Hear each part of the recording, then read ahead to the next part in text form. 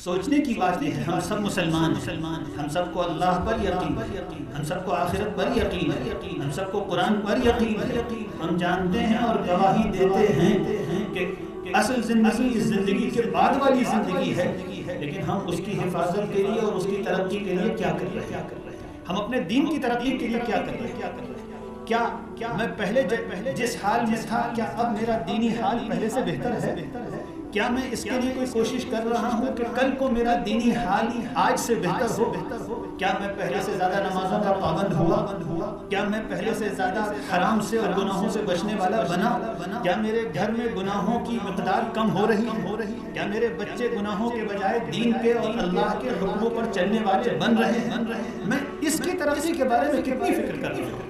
नहीं कर रहा तो यकीन जानिए मैं धोखे में हूँ कि अपने आप को समझता हूँ।